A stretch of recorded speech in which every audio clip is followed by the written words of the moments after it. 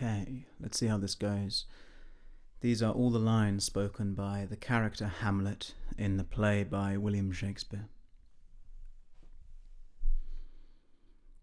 A little more than kin and less than kind. Not so, my lord, I am too much in the sun. Ay, madam, it is common. Seems, madam, nay, it is, I know not seems. 'Tis not alone my inky cloak, good mother, nor customary suits of solemn black, nor windy suspiration of forced breath, no, nor the fruitful river in the eye, nor the dejected haviour of the visage, together with all forms, moods, shapes of grief that can denote me truly. These indeed seem, for they are actions that a man might play. But I have that within which passeth show, these but the trappings and the suits of woe. I shall in all my best obey you, madam.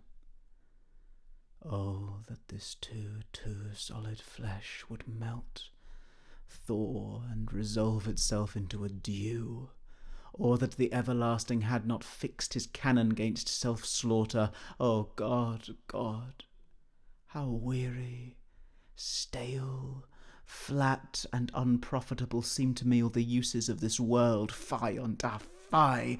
'Tis an unweeded garden that grows to seed. Things rank and gross in nature possess it merely, that it should come to this, but 2 months dead. Nay, not so much, not 2.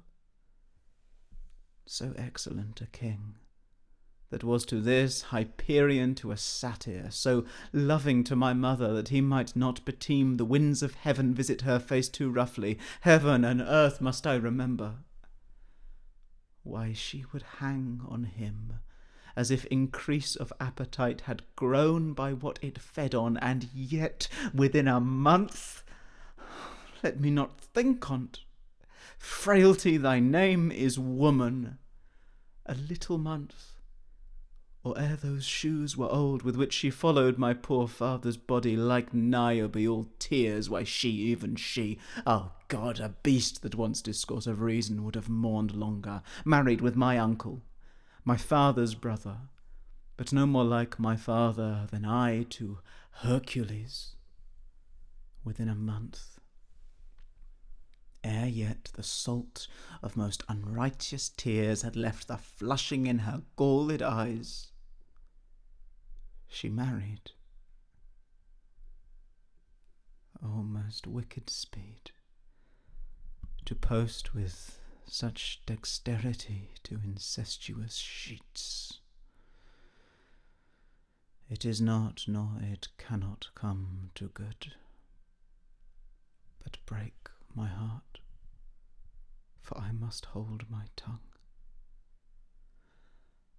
I am glad to see you well, Horatio, or I do forget myself. Sir, my good friend, I'll change that name with you. And what make you from Wittenberg, Horatio, Marcellus? I am very glad to see you. Oh, good even, sir, but what in faith make you from Wittenberg? I would not hear your enemy say so, nor shall you do my ear that violence to make it truster of your own report against yourself. I know you are no truant. But what is your affair in Elsinore? Will teach you to drink deep ere you depart. I prithee do not mock me, fellow student. I think it was to see my mother's wedding. Thrift, Horatio. The funeral baked meats did coldly furnish forth the marriage tables. Would I had met my dearest foe in heaven, or ever I had seen that day, Horatio. My father, methinks I see my father, in my mind's eye, Horatio. He was a man, take him for all in all. I shall not look upon his like again. Saw? Who? The king, my father? For God's love, let me hear. But where was this? Did you not speak to it? 'Tis very strange. Indeed, sirs, but this troubles me. Hold you the watch tonight? Armed, say you? From top to toe? Then saw you not his face? What, looked he frowningly, pale or red, and fixed his eye upon you? I would I had been there. Very like. Stayed it long? His beard was grizzled. No, I will watch tonight, perchance 'twill walk again. If it assume my noble father's person, I'll speak to it, though hell itself should gape and bid me hold my peace. I pray you all, if you have hitherto concealed this sight, let it be tenable in your silence still, and whatsoever else shall hap tonight, give it an understanding, but no tongue. I will requite your loves. So fare you well. Upon the platform 'twixt 11 and 12 I'll visit you. Your loves, as mine to you, farewell. My father's spirit, in arms? All is not well. I doubt some foul play. Would the night were come. Till then sit still, my soul. Foul deeds will rise, though all the earth o'erwhelm them to men's eyes. The air bites shrewdly. It is very cold. What hour now? The king doth wake to-night, and takes his rouse, keeps wassail, and the swaggering upspring reels, and as he drains his draughts of Rhenish down, the kettle drum and trumpet thus spray out the triumph of his pledge. Ay, marry, hist, but to my mind, though I am native here, and to the manner born, it is a custom more honoured in the breach than the observance. This heavy-headed revel east and west makes us traduced and taxed of other nations. They clep us drunkards, and with swinish phrase soil our addition. And indeed it takes from our achievements, though performed at height, the pith and marrow of our attribute. So oft it chances in particular men, that for some vicious mole of nature in them, as in their birth, wherein they are not guilty, since nature cannot choose his origin, by the o'ergrowth of some complexion oft breaking down the pales and forts of reason, or by some habit that too much o'erleavens the form of plausive manners, that these men, carrying, I say, the stamp of one defect, being nature's livery, or fortune's star, their virtues else, be they as pure as grace, as infinite as man may undergo, shall in the general censure take corruption from that particular fault. The dram of evil doth all the noble substance often doubt to his own scandal. Angels and ministers of grace defend us. Be thou a spirit of health or goblin damned, bring with thee airs from heaven or blast from hell. Be thy intents wicked or charitable, thou comest in such a questionable shape that I will speak to thee. I'll call thee Hamlet, king, father, royal Dane. Oh, answer me. Let me not burst in ignorance, but tell why thy canonized bones, hearsed in death, have burst their cerements, why the sepulchre wherein we saw thee quietly immured hath oped his ponderous and marble jaws and cast thee up again. What may this mean? That thou, dead corse, again in complete steel revisits thus the glimpses of the moon, making night hideous, and we, fools of nature, so horridly to shake our disposition with thoughts beyond the reaches of our souls. Say, why is this? Wherefore? What should we do? It will not speak. Then will I follow it. Why, what should be the fear? I do not set my life at a pin's fee, and for my soul, what can it do to that, being a thing immortal as itself? It waves me forth again, I'll follow it. It waves me still. Go on, I'll follow thee. Hold off your hands. My fate cries out, and makes each petty attire in this body as hardy as the Nemean lion's nerve. Still am I called, and hand me, gentlemen. By heaven, I'll make a ghost of him that lets me. I say away. Go on, I'll follow thee. Whither wilt thou lead me? Speak, I'll go no further. I will. Alas, poor ghost, speak. I am bound to hear. What?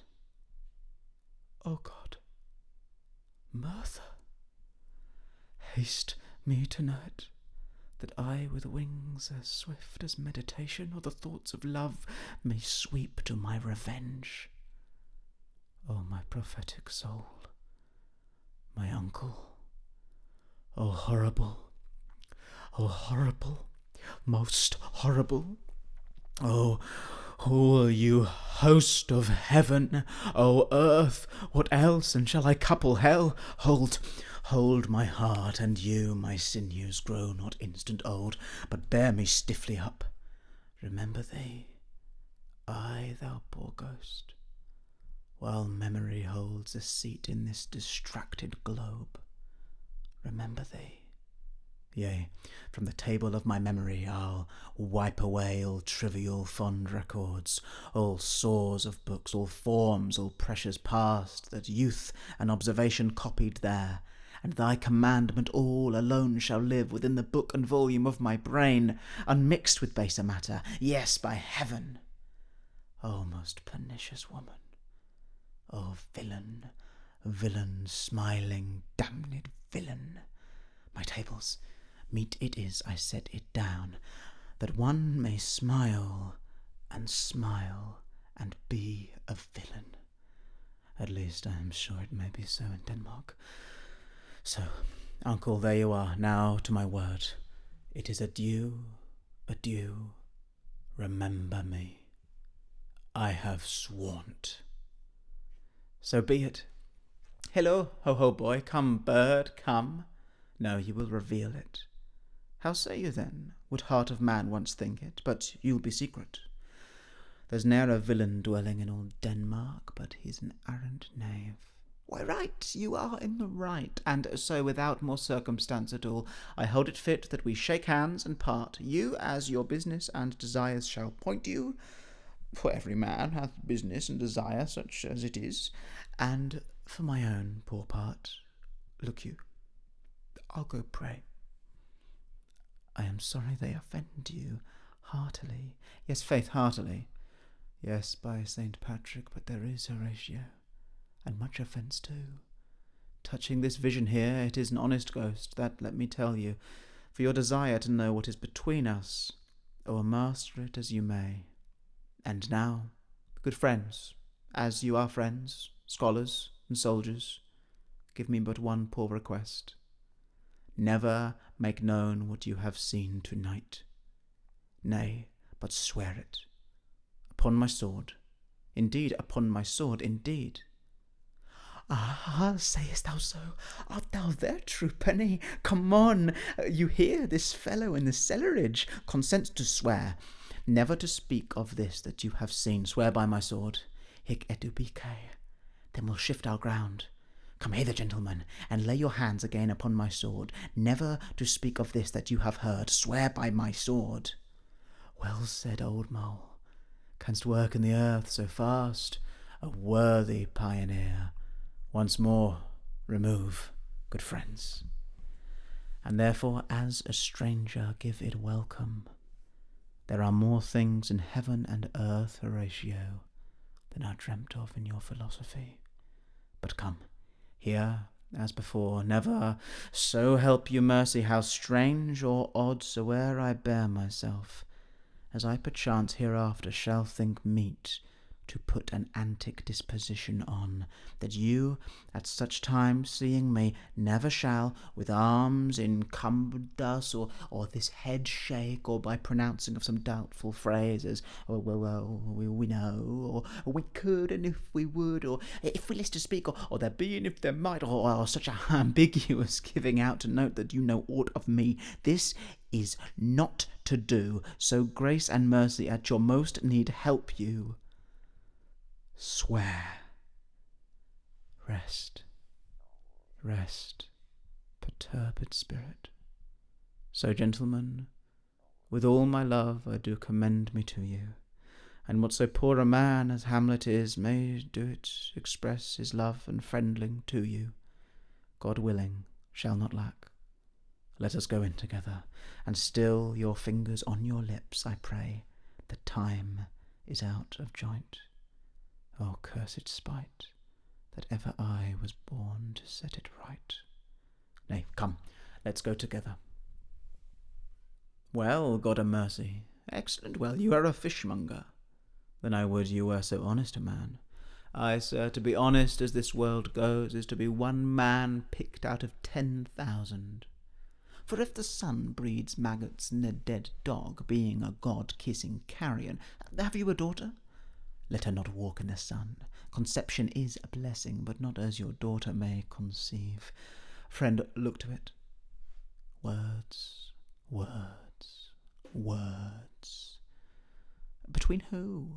Of slanders, sir, for the satirical rogue says here that old men have grey beards, that their faces are wrinkled, their eyes purging thick amber and plum-tree gum, and that they have a plentiful lack of wit, together with most weak hams, all which, sir, though I most powerfully and potently believe, yet I hold it not honesty to have it thus set down, for you yourself, sir, should be old as I am, if, like a crab, you could go backward into my grave.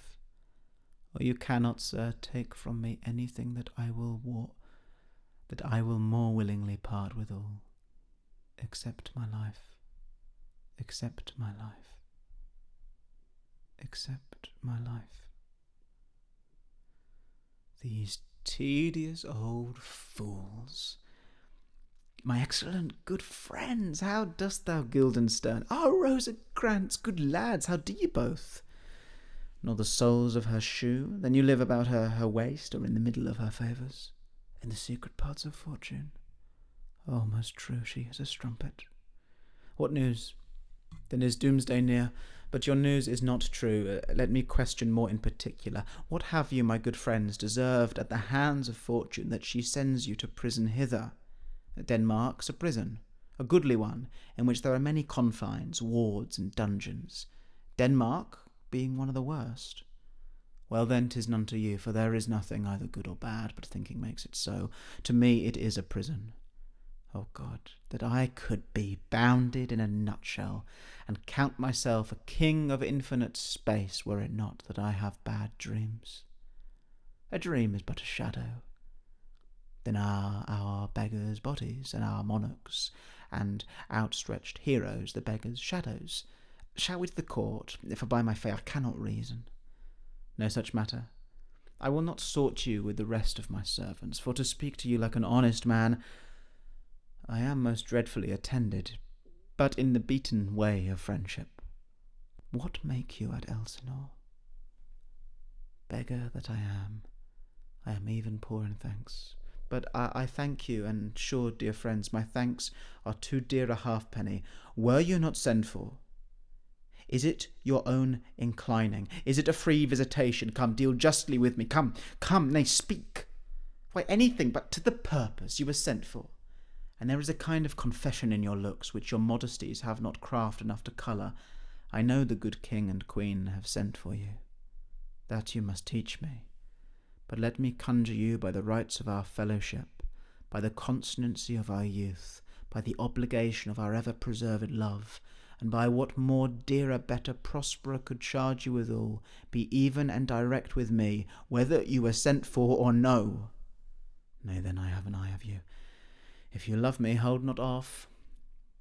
I will tell you why. So shall anticipation prevent your discovery, and your secrecy to the king and queen moult no feather. I have of late, but wherefore I know not, lost all my mirth, forgone all custom of exercises, and indeed it goes so heavily with my disposition, that this goodly frame, the earth, seems to me a sterile promontory, this most excellent canopy, the air. Look you, this brave o'erhanging firmament, this majestical roof fretted with golden fire, why, it appeareth nothing to me than a foul and pestilent congregation of vapours. What a piece of work is a man!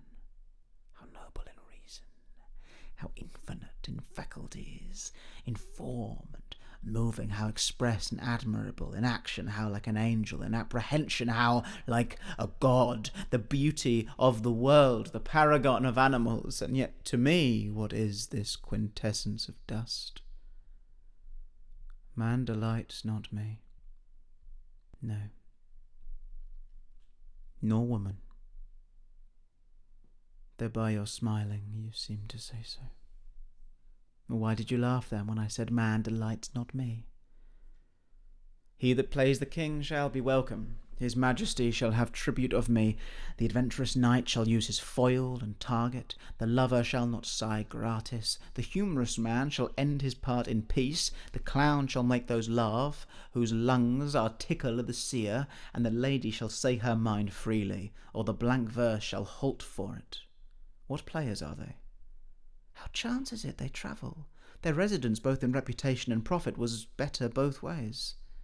Do they hold the same estimation they did when I was in the city? Are they so followed? How comes it?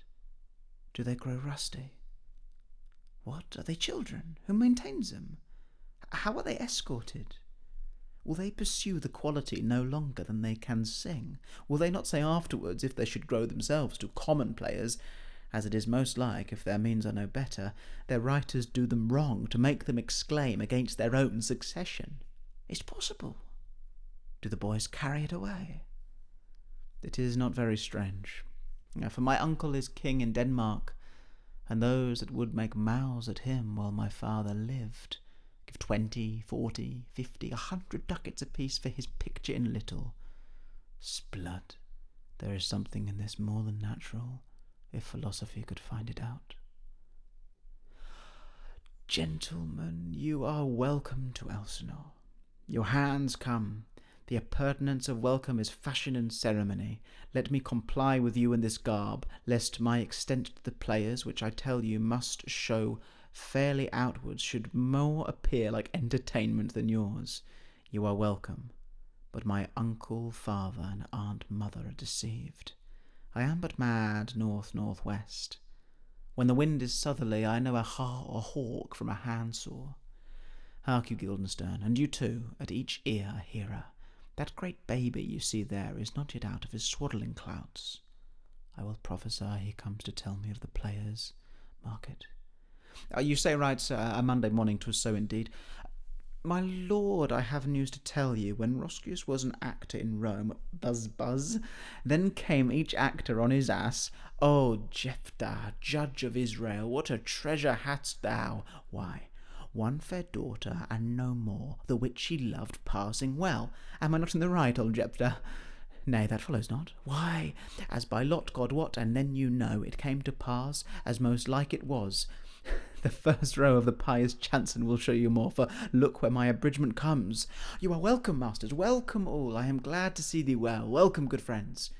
Oh, my old friend, why thy face is valanced since I saw thee last. Comest thou to beard me in Denmark? What, my young lady and mistress? By a lady, your ladyship is nearer to heaven than when I saw you last, by the altitude of a Chopin. Pray God your voice, like a piece of uncurrent gold, be not cracked within the ring. Masters, you are all welcome. We'll into it like French falconers, fly at anything we see. We'll have a speech straight. Come, give us a taste of your quality. Come, a passionate speech. I heard thee speak me a speech once, but it was never acted, or if it was, not above once, for the play I remember pleased not the million. 'Twas caviar to the general. But it was, as I received it, and others, whose judgment in such matters cried in the top of mine, an excellent play, well digested in the scenes, set down with as much modesty as cunning. I remember one said there were no sallets in the lines to make the matter savoury, nor no matter in the phrase that might indict the author of affectation, but called it an honest method, as wholesome as sweet, and by very much more handsome than fine. One speech indeed I chiefly loved. 'Twas Aeneas's tale to Dido, and thereabout of it especially, where he speaks of Priam's slaughter. If it live in your memory, begin at this line. Let me see. The rugged Pyrrhus, like the Hyrcanian beast. Oh, it is not so. It begins with Pyrrhus. The rugged Pyrrhus, he whose sable arms, black as his purpose, did the knight resemble when he lay couched in the ominous horse, hath now this dread and black complexion smeared with heraldry more dismal, head to foot, now is he total gules, horridly tricked with blood of fathers, mothers, daughters, sons, baked and impasted with the parching streets, that lend a tyrannous and a damned light to their lord's mirther, roasted in wrath and fire, and thus o'ersized with coagulate gore, with eyes like carbuncles, the hellish Pyrrhus old grandsire Priam seeks. So proceed you. Yet shout at the barbers with your beard. Prithee, say on. He's for a jig, or a tale of bawdry, or he sleeps. Say on, come to Hecuba. The mobled queen. Oh, 'tis well. I'll have thee speak out the rest of this soon. Good my lord, will you see the players well bestowed? Do you hear? Let them be well used, for they are the abstract and brief chronicles of the time. After your death you were better have a bad epitaph than their ill report while you live. God's bodykins, man, much better use every man after his desert, and who should scape whipping, use them after your own honour and dignity. The less they deserve, the more merit is in your bounty. Take them in. Follow him, friends. We'll hear a play tomorrow. Dost thou hear me, old friend? Can you play the Murtha of Gonzago? We'll have it tomorrow night. You could for need study a speech of some 12 or 16 lines, which I would set down and insert in it. Could you not? Very well. Follow that lord, and look you mock him not. My good friends, I'll leave you till night. You are welcome to Elsinore. Aye, so God be with ye. Now I am alone. Oh, what a rogue and peasant slave am I! Is it not monstrous that this player here, but in a fiction, in a dream of passion, could force his soul so to his own conceit that from her working all his visage wand, tears in his eyes, distraction in his aspect, a broken voice, and his whole function suiting with forms to his conceit, and all for nothing? For Hecuba! What's Hecuba to him, or he to Hecuba, that he should weep for her? What would he do had he the motive and the cue for passion that I have?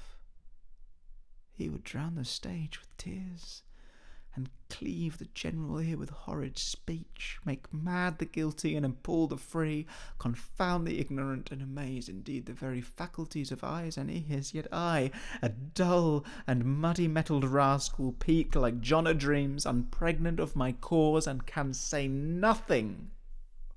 No, not for a king upon whose property and most dear life a damned defeat was made.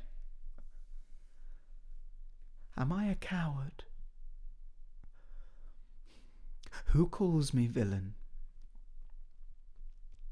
Breaks my pate across, plucks off my beard and blows it in my face, tweaks me by the nose, gives me the line, the throat as deep as to the lungs. Who does me this, huh? Swoons, I should take it, for it cannot be, but I am pigeon-livered and lack gall to make oppression bitter, or ere this I should have fatted all the region kites with this slave's offal, bloody bawdy villain, remorseless, treacherous, lecherous, kindless villain. Oh, vengeance! Why, what an ass am I! This is most brave, that I, the son of a dear father murdered, prompted to my revenge by heaven and hell, must, like a whore, unpack my heart with words, and fall a-cursing like a very drab scullion. Firepunt! About my brain. I have heard that guilty creatures, sitting at a play, have by the very cunning of the scene been struck so to the soul that presently they have proclaimed their malefactions. For murder, though it have no tongue, will speak with most miraculous organ. I'll have these players play something like the murder of my father before mine uncle. I'll observe his looks, I'll Tend him to the quick. If he but blench, I know my course. The spirit that I have seen may be the devil, and the devil hath power to assume a pleasing shape, yea, and perhaps out of my weakness and my melancholy, as he is very potent with such spirits, abuses me to damn me. I'll have grounds more relative than this. The play's the thing, wherein I'll catch the conscience of the king. To be or not to be,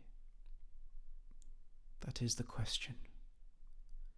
Whether 'tis nobler in the mind to suffer the slings and arrows of outrageous fortune, or to take arms against a sea of troubles, and by opposing end them. To die, to sleep, no more,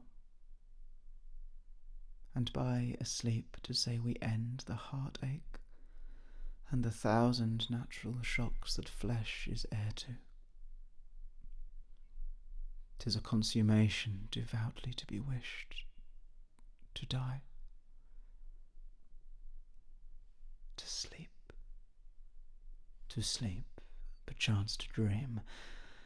Aye, there's the rub, for in that sleep of death, what dreams may come, when we have shuffled off this mortal coil, must give us pause. There's the respect that makes calamity of so long life, for who would bear the whips and scorns of time, the oppressor's wrong, the proud man's contumely, the pangs of despised love, the law's delay, the insolence of office, and the spurns that patient merit of the unworthy takes, when he himself might his quietus make with a bare bodkin? Who would these fardels bear, to grunt and sweat under a weary life, but that the dread of something after death, the undiscovered country, from whose bourne no traveller returns, puzzles the will, and makes us rather bear those ills we have, than fly to others that we know not of. Thus conscience doth make cowards of us all, and thus the native hue of resolution is sicklied o'er with the pale cast of thought, and enterprises of great pith and moment, with this regard their currents turn awry, and lose the name of action. Soft you now, the fair Ophelia, nymph, in thy orisons be all my sins remembered. I humbly thank you. Well. No, not I. I never gave you aught. Huh? Are you honest? Are you fair? That if you be honest and fair, your honesty should admit no discourse to your beauty. I truly, for the power of beauty will sooner transform honesty from what it is to a bawd, than the force of honesty can translate beauty into his likeness. This was some time a paradox, but now the time gives it proof. I did love you once. You should not have believed me. For virtue cannot so inoculate our old stock, but we shall relish of it. I loved you not. Get thee to a nunnery. Why wouldst thou be a breeder of sinners? I am myself indifferent honest, but yet I could accuse me of such things that it were better my mother had not borne me. I am very proud, revengeful, ambitious, with more offences at my beck than I have thoughts to put them in, imagination to give them shape, or time to act them in. What should such fellows as I do, crawling between earth and heaven? We are arrant knaves all, believe none of us. Go thy ways to a nunnery. Where's your father? Let the doors be shut upon him, that he may play the fool nowhere but in his own house. Farewell. If thou dost marry, I'll give thee this plague for thy dowry. Be thou as chaste as ice, as pure as snow, thou shalt not escape calumny. Get thee to a nunnery, go, farewell. Or if thou wilt needs marry, marry a fool, for wise men know well enough what monsters you make of them. To a nunnery go, and quickly too. Farewell. I have heard of your paintings too, well enough. God hath given you one face, and you make yourselves another. You jig, you amble, and you lisp, and nickname God's creatures, and make your wantonness your ignorance. Go to, I'll no more on't. It hath made me mad. I say we will have no more marriages. Those that are married already, all but one, shall live. The rest shall keep as they are. To a nunnery, go. Speak the speech, I pray you, as I pronounced it to you, trippingly on the tongue. But if you mouth it, as many of your players do, I'd as lief the town crier spoke my lines. Nor do not saw the air too much with your hands thus, but use all gently, for in the very torrent, tempest, and, as I may say, whirlwind of your passion, you must acquire and beget a temperance that may give it smoothness. Oh, it offends me to the soul to hear a robustious, periwig-pated fellow tear a passion to tatters, to very rags, to split the ears of the groundlings, who for the most part are capable of nothing but inexplicable dumb shows and noise. I would have such a fellow whipped for doing termagant. It out-Herods Herod. Pray you avoid it. Or be not too tame neither. But let your own discretion be your tutor. Suit the action to the word to the action, with this special observance that you o'erstep not the modesty of nature. For anything so overdone is from the purpose of playing, whose end, both at the first and now, was and is to hold as 'twere the mirror up to nature, to show virtue her own feature, scorn her own image, and the very age and body of the time, his form and pressure. Now this overdone, or come tardy off, though it make the unskilful laugh, cannot but make the judicious grieve, the censure of the which one must in your allowance o'erweigh a whole theatre of others. Oh, there be players that I have seen play, and heard others praise, and that highly, not to speak it profanely, that neither having the accent of Christians, nor the gait of Christian pagan, nor man, have so strutted and bellowed that I have thought some of nature's journeymen had made men, and not made them well. They imitated humanity so abominably. Oh, reform it altogether, and let those that play your clowns speak no more than is set down for them. For there be of them that will themselves laugh, to set on some quantity of barren spectators to laugh too, though in the meantime some necessary question of the play be then to be considered. That's villainous, and shows a most pitiful ambition in the fool that uses it. Go, make you ready. How now, my lord? Will the king hear this piece of work? Bid the players make haste. Will you two help to hasten them? What, ho, Horatio! Horatio, thou art e'en as just a man as e'er my conversation coped withal. Nay, do not think I flatter. For what advancement may I hope from thee, that no revenue hast but thy good spirits to feed and clothe thee? Why should the poor be flattered? No.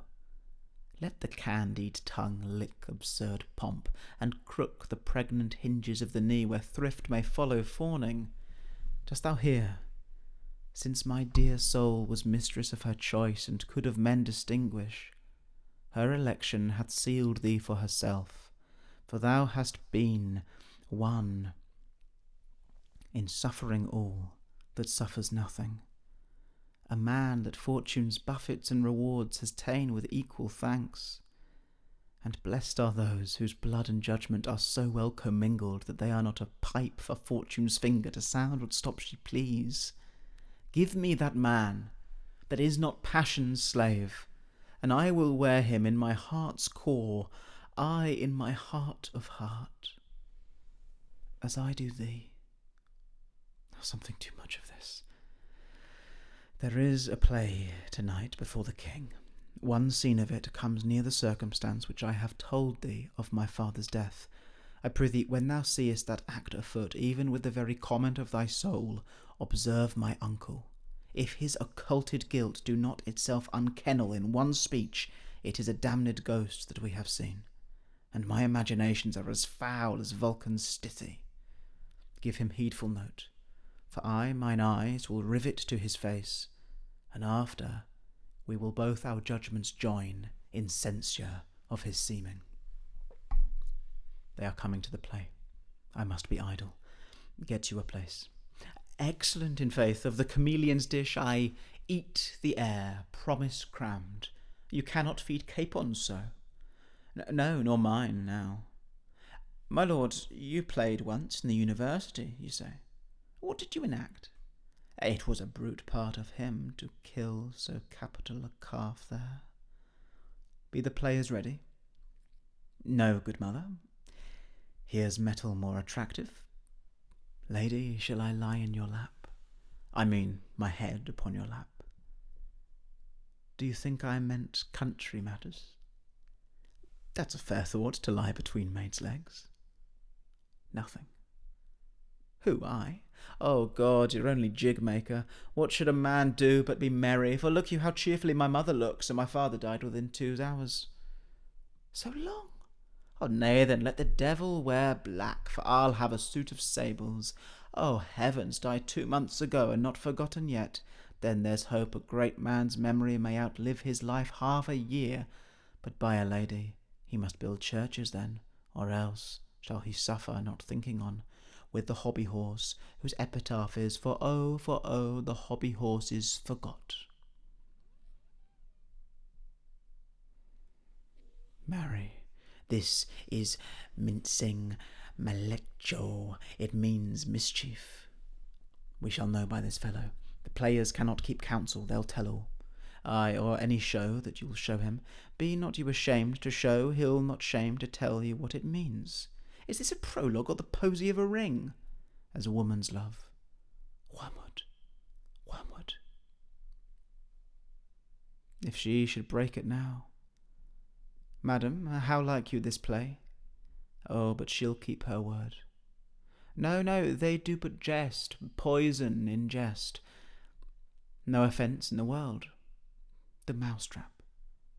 Marry, how? Tropically. The play is the image of a murder done in Vienna. Gonzago is the duke's name, his wife Baptista. You shall see anon. 'Tis a knavish piece of work, but what of that? Your Majesty, and we that have free souls, it touches us not. Let the galled jade wince, our withers are unwrung.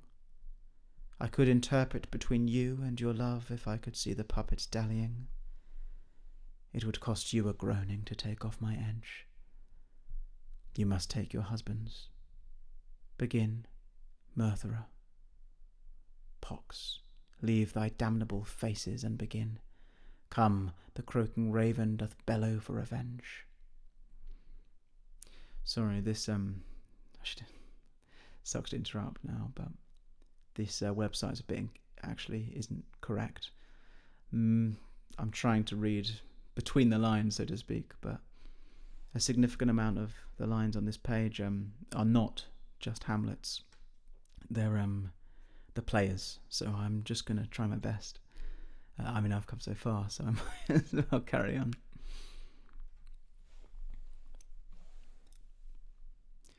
He poisons him in the garden for his estate. His name's Gonzago. The story is extant and written in very choice Italian. You shall see anon how the murderer gets the love of Gonzago's wife. What? Frighted with false fire? Why, let the strucken deer go weep, the hart ungalled play, for some must watch while some must sleep, thus runs the world away. Would not this, sir, and a forest of feathers? Oh, this is so annoying because this website is not... It began so well, it was all exact, and now they're all messed up. Horatio and Hamlet's lines are just put into one thing. Sorry. I'm so sorry. I'm going to try my best.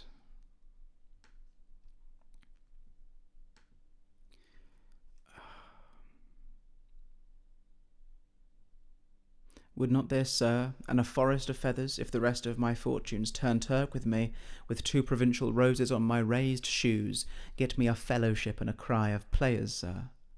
A whole one eye, for thou dost know, O Damon dear, this realm dismantled was, of Jove himself, and now reigns here a very, very Pajok. O good Horatio, I'll take the ghost's word for £1,000, didst perceive? Upon the talk of the poisoning. Aha, come some music, come the recorders, for if the king like not the comedy, why then belike he likes it not per die. Come some music. Sir, a whole history. Ay, sir, what of him? With drink, sir? Your wisdom should know itself more richer to signify this to the doctor. For me to put him to his purgation would perhaps plunge him into far more choler. I am tame, sir, pronounce. You are welcome. Sir, I cannot make you a wholesome answer. My wit's diseased. But, sir, such answer as I can make you shall command, or rather, as you say, my mother. Therefore no more. But to the matter. My mother, you say? O wonderful son that can so astonish a mother. But is there no sequel at the heels of this mother's admiration, in part? We shall obey, were she 10 times our mother. Have you any further trade with us? And do still, by these pickers and stealers? Sir, I lack advancement. Ay, sir, but while the grass grows, the proverb is something musty. Oh, the recorders, let me see one. To withdraw with you, why do you go about to recover the wind of me, as if you would drive me into a toil? I do not well understand that. Will you play upon this pipe? I pray you, I do beseech you, it is as easy as lying. Govern these ventages with your fingers and thumbs, give it breath with your mouth, and it will discourse most eloquent music. Look you, these are the stops. Why, look you now, how unworthy a thing you make of me. You would play upon me, you would seem to know my stops, you would pluck out the heart of my mystery, you would sound me from my lowest note to the top of my compass, and there is much music, excellent voice in this little organ, yet cannot you make it speak? Splud, do you think I am easier to be played on than a pipe? Call me what instrument you will, though you can fret me, you cannot play upon me. God bless you, sir. Do you see yonder cloud that's almost in shape of a camel? Methinks it is like a weasel, or like a whale. Then will I come to my mother by and by. They fool me to the top of my bent. I will come by and by. By and by is easily said. Leave me, friends. 'Tis now the very witching time of night, when churchyards yawn, and hell itself breathes out contagion to this world. Now could I drink hot blood, and do such bitter business as the day would quake to look on. Soft, now to my mother. O heart, lose not thy nature, let not ever the soul of Nero enter this firm bosom. Let me be cruel, not unnatural. I will speak daggers to her, but use none. My tongue and soul in this be hypocrites. How in my words, somever she be shent, to give them seals, never my soul consent. Now might I do it, Pat. Now he is praying, and now I'll do it. And so he goes to heaven, and so am I revenged? That would be scanned. A villain kills my father, and for that I, his sole son, do this same villain send to heaven. Why, this is hire and salary, not revenge. He took my father grossly, full of bread, with all his crimes broad blown as flush as May. And how his audit stands, who knows save heaven? But in our circumstance and course of thought 'tis heavy with him. And am I then revenged, to take him in the purging of his soul, when he is fit and seasoned for his passage? No. Up, sword, and know thou a more horrid hent, when he is drunk asleep, or in his rage, or in the incestuous pleasure of his bed, at gaming, swearing, or about some act that has no relish of salvation in't. Then trip him, that his heels may kick at heaven, and that his soul may be as damned and black as hell whereto it goes. My mother stays. This physic but prolongs thy sickly days. Mother, mother, mother. Now, mother, what's the matter? Mother, you have my father much offended. Oh, go, go, you question with a wicked tongue. What's the matter now? No, by the rood, not so. You are the queen, your husband's brother's wife, and would it were not so, you are my mother. Come, come, and sit you down. You shall not budge. You go not till I set you up a glass where you may see the inmost part of you. How now? A rat? Dead for a ducat. Dead. Nay, I know not. Is it the king? A bloody deed. Almost as bad, good mother, as kill a king and marry with his brother. Ay, lady, it was my word. Thou wretched, rash, intruding fool, farewell. I took thee for thy better. Take thy fortune. Thou findest to be too busy is some danger. Leave wringing of your hands, peace, sit you down, and let me wring your heart, for so I shall, if it be made of penetrable stuff, if damned custom have not brazed it so, that it is proof and bulwark against sense. Such an act that blurs the grace of blush and modesty, calls virtue hypocrite, takes off the rose from the fair forehead of an innocent love, and sets a blister there, makes marriage vows as false as dice's oaths. Oh, such a deed as from the body of contraction plucks the very soul, and sweet religion makes a rhapsody of words. Heaven's face doth glow, yea, this solidity and compound mass with tristful visage, as against the doom, is thought-sick at the act. Look here upon this picture, and on this, the counterfeit presentment of two brothers. See what a grace was seated on this brow, Hyperion's curls, the front of Jove himself, an eye like Mars to threaten and command, a station like the herald Mercury new lighted on a heaven-kissing hill, a combination and a form indeed where every god did seem to set his seal to give the world assurance of a man. This was your husband. Look you now what follows. Here is your husband, like a mildewed ear, blasting his wholesome brother. Have you eyes? Could you on this fair mountain leave to feed, and batten on this moor? Huh? Have you eyes?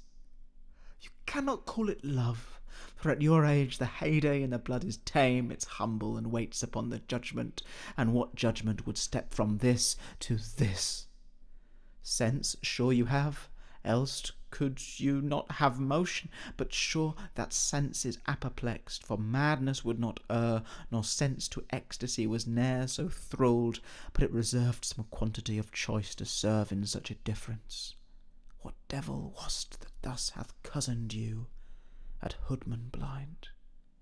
Eyes without feeling, feeling without sight, ears without hands or eyes, smelling sans, all, or but a sickly part of one true sense could not so mope.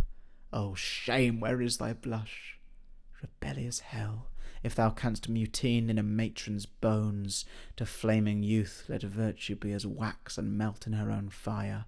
Proclaim no shame when the compulsive ardour gives the charge, since frost itself as actively doth burn, and reason panders will.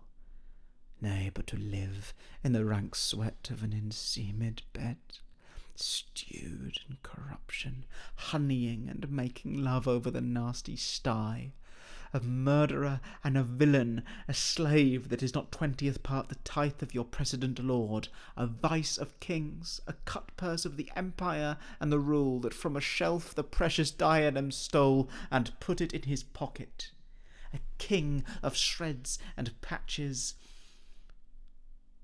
Save me and hover o'er me with your wings, you heavenly gods. What would your gracious figure? Do you not come, your tardy son to chide? That lapsed in time and passion lets go by the important acting of your dread command. Oh, say, How is it with you, lady? On him? On him? Look you how pale he glares, his form and cause conjoined. Preaching to stones would make them capable. Do not look upon me, lest with this piteous action you convert my stern effects. Then what I have to do will want true colour, tears perchance for blood. Do you see nothing there? Nor did you nothing hear? Why, look you there! Look how he steals away! My father in his habit as he lived. Look where he goes even now, out at the portal. Ecstasy. My pulse, as yours, doth temperately keep time, and makes as healthful music. It is not madness that I have uttered. Bring me to the test, and I the matter will reword, which madness would gamble from. Mother, for love of grace, lay not that flattering unction to your soul that not your trespass but my madness speaks. It will but skin and film the ulcerous place, whiles rank corruption mining all within infects unseen. Confess yourself to heaven. Repent what's past, avoid what is to come, and do not spread the compost on the weeds to make them ranker. Forgive me this my virtue, for in the fatness of these pursy times virtue itself of vice must pardon beg. Yea, curb and woo for leave to do him good. Oh, throw away the worser part of it, and live the purer with the other half. Good night. But go not to my uncle's bed. Assume a virtue if you have it not. That monster, custom, who all sense doth eat, of habits evil is angel yet in this, that to the use of actions fair and good he likewise gives a frock or livery that aptly is put on. Refrain to-night, and that shall lend a kind of easiness to the next abstinence. The next more easy, for use almost can change the stamp of nature, and either master the devil, or throw him out with wondrous potency. Once more, good night, and when you are desirous to be blessed, our blessing beg of you. For this same Lord I do repent, but heaven hath pleased it so, to punish me with this and this with me, that I must be their scourge and minister. I will bestow him, and will answer well the death I gave him. So again, good night. I must be cruel, only to be kind. Thus bad begins, and worse remains behind. One word more, good lady. Not this, by no means that I bid you do. Let the bloat king tempt you again to bed, pinch wanton on your cheek, call you his mouse, and let him for a pair of reechy kisses, or paddling in your neck with his damned fingers, make you to ravel all this matter out, that I essentially am not in madness, but mad in craft. 'Twere good you let him know, for who that's but a queen, fair, sober, wise, would from a paddock, from a bat, a jib, such dear concernings hide? Who would do so? No, in despite of sense and secrecy, unpeg the basket on the house's top, let the birds fly, and like the famous ape, to try conclusions in the basket creep, and break your own neck down. I must to England. You know that. There's letters sealed, and my 2 schoolfellows, whom I will trust as I will adders fanged, they bear the mandate. They must sweep my way and marshal me to knavery. Let it work, for 'tis the sport to have the engineer hoist with his own petard, and it shall go hard, but I will delve 1 yard below their minds, and blow them at the moon. Oh, 'tis most sweet, when in 1 line 2 crafts directly meet. This man shall set me packing. I'll lug the guts into the neighbour room. Mother, good night. Indeed, this counsellor is now most still, most secret, and most grave, who was in life a foolish prating knave. Come, sir, to draw toward an end with you. Good night, mother. Safely stowed. But soft, what noise? Who calls on Hamlet? Oh, here they, compounded with dust, whereto 'tis kin. Do not believe it, that I can keep your counsel and not mine own. Besides, to be demanded of a sponge, what replication should be made by the son of a king? Ay, sir, that soaks up the king's countenance, his rewards, his authorities. But such officers do the king best service in the end. He keeps them, like an ape in the corners of his jaw, first mouthed to be last swallowed. When he needs what you have gleaned, it is but squeezing you, and, sponge, you shall be dry again. I am glad of it, and knavish speech sleeps in a foolish ear. The body is with the king, but the king is not with the body. The king is a thing, of nothing. Bring me to him, hide fox, and all after. At supper, not where he eats, but where he is eaten. A certain convocation of politic worms are e'en at him. Your worm is your only emperor for diet. We fat all creatures else to fat us, and we fat ourselves for maggots.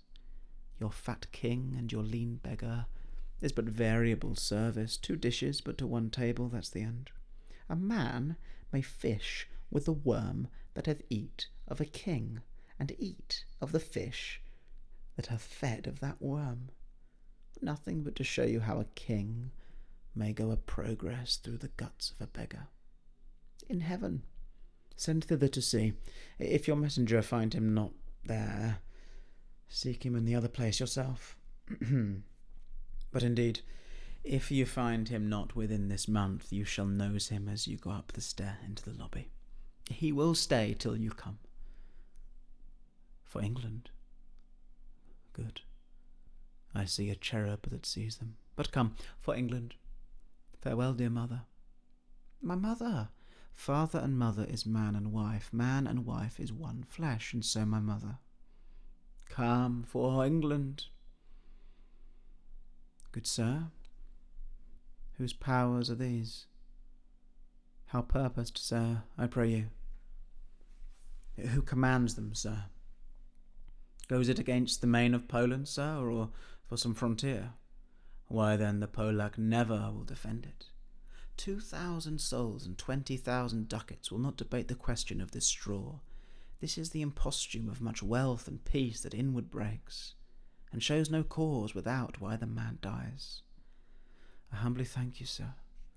I'll be with you straight. Go a little before. How all occasions do inform against me, and spur my dull revenge. What is a man, if his chief good and market of his time be but to sleep and feed?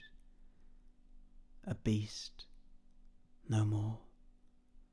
Sure he that made us with such large discourse looking before and after gave us not that capability and godlike reason to fust in us unused. Now, whether it be bestial oblivion or some craven scruple of thinking too precisely on the event, a thought which quartered hath but 1 part wisdom and ever 3 parts coward, I do not know why yet I live to say this thing's to do, sith I have cause and will and strength and means to do it. Examples gross as earth exhort me. Witness this army of such mass and charge, led by a delicate and tender prince, whose spirit with divine ambition puffed makes mouths at the invisible event, exposing what is mortal and unsure to all that fortune, death, and danger dare, even for an eggshell. Rightly to be great is not to stir without great argument, but greatly to find quarrel in a straw when honour's at the stake.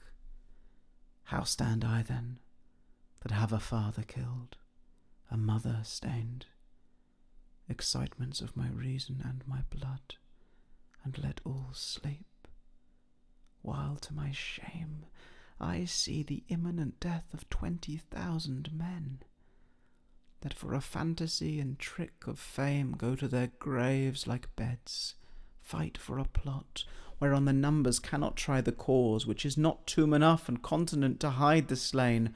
Oh, from this time forth my thoughts be bloody, or be nothing worth. Has this fellow no feeling of his business that he sings at grave-making? 'Tis e'en so. The hand of little employment hath the daintier sense. That skull had a tongue in it, and could sing once. How the knave jowls it to the ground, as if 'twere Cain's jawbone that did the first murder. This might be the pate of a politician which this ass now reaches, one that would circumvent God, might it not? Or of a courtier, which could say, Good morrow, sweet lord, how dost thou, sweet lord? This might be my lord such a one, that praised my lord such a one's horse when he meant to beg it, might it not? Why, e'en so. And now my lady worms, chapless, and knocked about the mazzard with a sexton's spade. Here's fine revolution, and we had the trick to see it. Did these bones cost no more the breeding, but to play at loggards with them? Mine ache to think on't. Oh, there's another. Why may not that be the skull of a lawyer? Where be his quiddits now, his quillets, his cases, his tenures, and his tricks? Why does he suffer this rude knave now to knock him about the sconce with a dirty shovel, and will not tell him of his action of battery? This fellow might, in his time, a great buyer of land be, with his statutes, his recognizances, his fines, his double vouchers, his recoveries. Is this the fine of his fines, and the recovery of his recoveries? To have his fine pate full of fine dirt? Will his vouchers vouch him no more of his purchases, and double ones too, than the length and breadth of a pair of indentures? The very conveyances of his lands will scarcely lie in this box, and must the inheritor himself have no more, Is not parchment made of sheepskins? They are sheep and calves which seek out assurance in that. I will speak to this fellow. Whose grave is this, sirrah? I think it be thine indeed, for thou liest in it. Thou dost lie in't. To be in't and say it is thine. 'Tis for the dead, not for the quick, therefore thou liest. What man dost thou dig it for? What woman, then? Who is to be buried in't? How absolute the knave is! We must speak by the card, or equivocation will undo us. By the Lord, Horatio, this 3 years I have taken note of it. The age is grown so picked that the toe of the peasant comes so near the heel of the courtier, he galls his kibe. How long hast thou been a grave-maker? How long is that since? I marry. And why was he sent into England? Why? How came he mad? How strangely? Upon what ground? How long will a man lie in the earth ere he rot? Why he more than another? Whose was it? Nay, I know not. This? Oh, let me see. Alas, poor Yorick. I knew him, Horatio, a fellow of infinite jest, of most excellent fancy. He hath borne me on his back 1,000 times, and now how abhorred in my imagination it is! My gorge rises at it. Here hung those lips that I have kissed I know not how oft. Where be your gibes now, your gambols, your songs, your flashes of merriment that were wont to set the table on a roar, not one now to mock your own grinning, quite chop-fallen? Now get you to my lady's chamber, and tell her, let her paint an inch thick, to this favour she must come. Make her laugh at that. Prithee, Horatio, tell me one thing. Dost thou think Alexander looked at this fashion in the earth, and smelt so? Bah! To what base uses we may return, Horatio. Why may not imagination trace the noble dust of Alexander, till he find it stopping a bunghole? No, faith, not a jot, but to follow him thither with modesty enough and likelihood to lead it. As thus Alexander died, Alexander was buried, Alexander returneth into dust. The dust is earth, of earth we make loam, and why of that loam whereto he was converted might they not stop a beer barrel? Imperial Caesar, dead and turned to clay, might stop a hole to keep the wind away. Oh, that the earth which kept the world in awe should patch a wall to expel the winter's flaw. But soft, aside.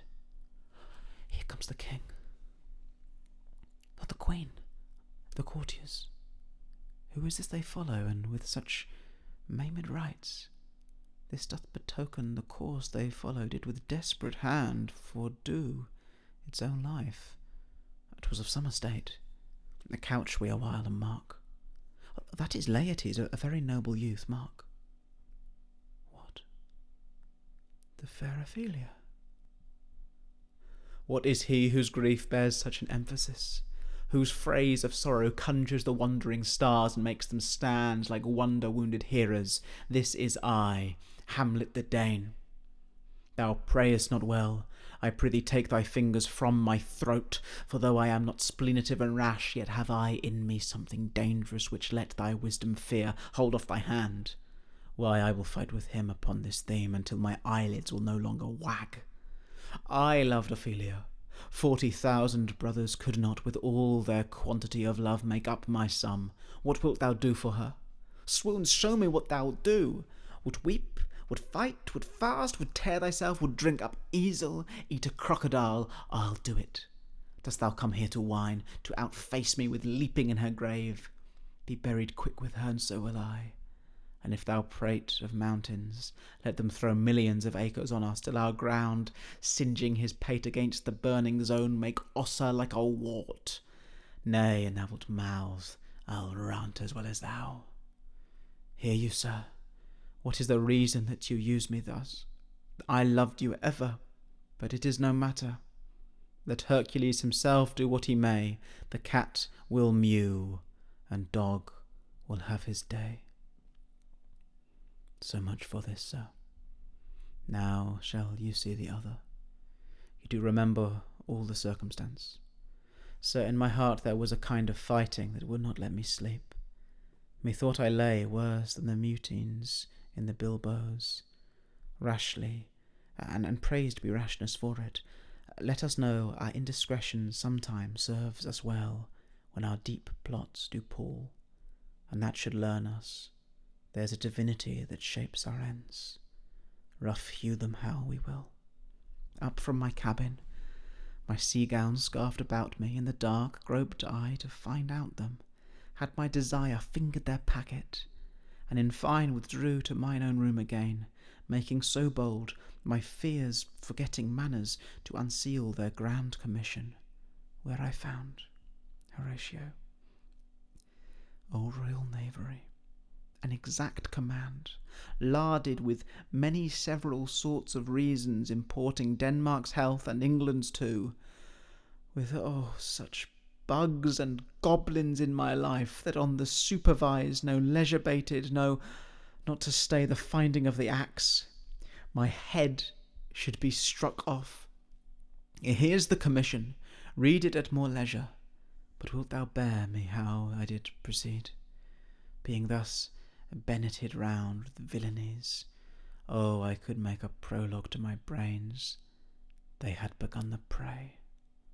I sat me down, devised a new commission, wrote it fair. I once did hold it, as our statists do, a baseness to write fair, and laboured much how to forget that learning. But, sir, now it did me yeoman's service. Wilt thou know the effect of what I wrote? An earnest conjuration from the king, as England was his faithful tributary, as love between them like the palm might flourish, as peace should still her wheaten garland wear, and stand a comma tween their amities, and many such like asses of great charge, that on the view and knowing of these contents, without debatement further, more or less, he should the bearers put to sudden death, not shriving time allowed. Why, even in that was heaven ordinant. I had my father's signet in my purse, which was the model of that Danish seal, folded the writ up in the former of the other, subscribed it, gave it the impression, placed it safely, the changeling never known. Now the next day was our sea fight, and what to this was sequent thou knowest already. Why, man, they did make love to this employment. They are not near my conscience. Their defeat does by their own insinuation grow. 'Tis dangerous when the baser nature comes between the past and fell incensed points of mighty opposites.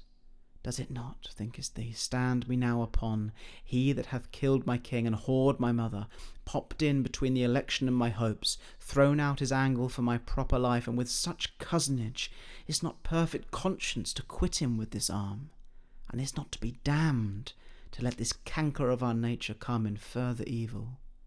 It will be short. The interim is mine, and a man's life is no more than to say one. But I am very sorry, good Horatio, that to Laertes I forgot myself. For by the image of my cause I see the portraiture of his. I'll court his favours, but sure the bravery of his grief did put me into a towering passion. I humbly thank you, sir. Dost know this waterfly? Thy state is the more gracious, for 'tis a vice to know him. He hath much land and fertile. Let a beast be lord of beasts, and his crib shall stand at the king's mess. 'Tis a chuff, but as I say, spacious in the possession of dirt.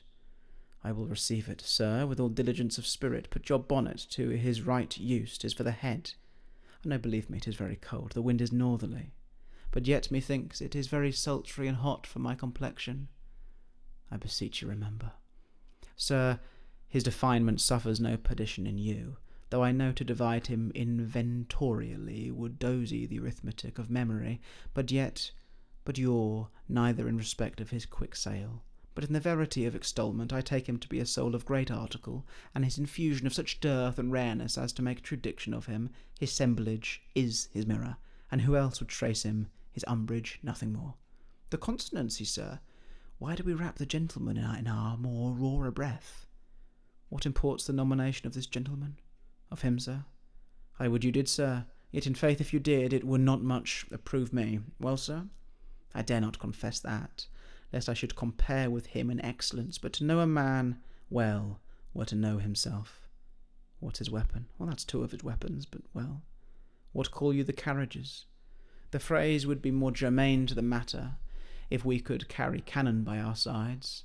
I would it might be hangers till then. But on, 6 Barbary horses against 6 French swords. There are signs, and 3 liberal conceited carriages. That's the French bet against the Danish. Why is this all imponed, as you call it? And how if I answer no? Or, sir, I will walk here in the hall. If it please his majesty, it is the breathing time of day with me. Let the foils be brought, the gentleman willing, and the king hold his purpose. I will win for him if I can. If not, I will gain nothing but my shame and the odd hits. To this effect, sir, after what flourish your nature will. Yours. He does well to commend it himself. There are no tongues else for his turn. He did comply with his dug before he sucked it. Thus has he, and many more of the same bevy that I know the drossy age dotes on, only got the tune of the time, an outward habit of encounter, a kind of zesty collection, which carries them through and through the most fanned and winnowed opinions, and do but blow them to the trial. The bubbles are out. I am constant to my purposes. They follow the king's pleasure. If his fitness speaks, mine is ready, now or whensoever provided I be so able as now. In happy time. She well instructs me. I do not think so. Since he went into France I have been in continual practice. I shall win at the odds. But thou wouldst not think how ill all's here about my heart. But it is no matter. It is but foolery. But it is such a kind of gain-giving as would perhaps trouble a woman. Not a whit. We defy augury. There's a special providence in the fall of a sparrow. If it be now, 'tis not to come. If it be not to come, it will be now. If it be not now, yet it will come. The readiness is all. Since no man knows aught of what he leaves, what is to leave betimes? Let be. Give me your pardon, sir. I have done you wrong, but pardon it as you are a gentleman. This presence knows, and you must needs have heard how I am punished with sore distraction. What I have done, that might your nature, honour, and exception roughly awake, I here proclaim was madness, Was it Hamlet wrong, Laertes? Never Hamlet. If Hamlet from himself be taken away, and when he's not himself does wrong, Laertes, then Hamlet does it not. Hamlet denies it. Who does it then? His madness. If it be so, Hamlet is of the faction that is wronged. His madness is poor Hamlet's enemy. Sir, in this audience, let my disclaiming from a purposed evil free me so far in your most generous thoughts that I have shot my arrow o'er the house and hurt my brother. I embrace it freely, and will this brother's wager frankly play. Give us the foils. Come on. I'll be your foil, Laertes. In mine ignorance, your skill shall, like a star in the darkest night, stick fiery off indeed. No, by this hand. Very well, my lord. Your grace has laid the odds on the weaker side. This likes me well. These foils have all a length. Come on, sir. 1. Judgment. I'll play this bout first. Set it by a while. Come. Another hit. What say you?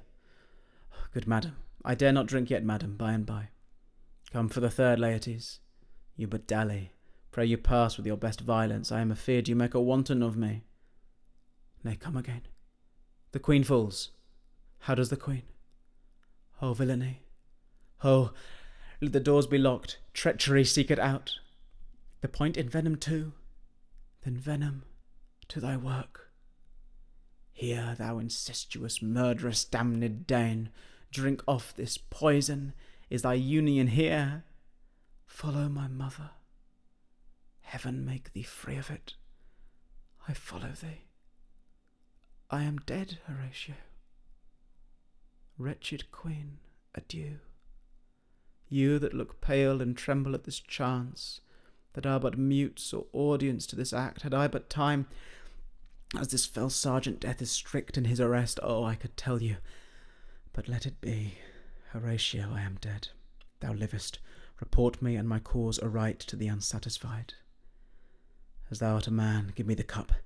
Let go, by heaven, I'll have it. O good Horatio, what a wounded name! Things standing thus unknown shall live behind me. If thou didst ever hold me in thy heart, absent thee from felicity a while, and in this harsh world draw thy breath in pain to tell my story.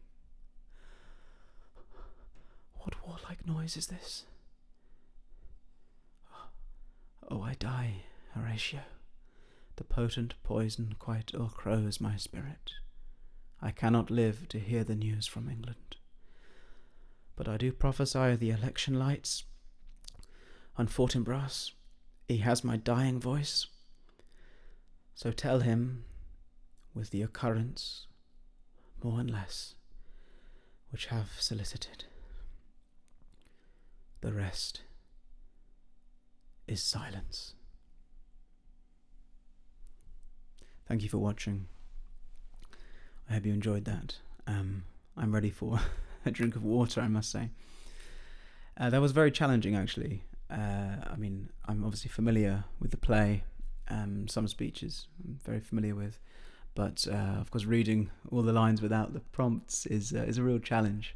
Especially when this website isn't actually correct for many of... Well, for many of the lines. There are a few lines that I did actually notice were wrong that I changed because I know the correct line. But more importantly, there were moments where, as I explained in the middle, that actually it wasn't just Hamlet's lines, as the site sort of claims. Having the prompts from the players and I think one or two lines from Horatio that I had to navigate around. But hopefully I did all of Hamlet's lines. I think there were one or two errors, but do forgive me for those.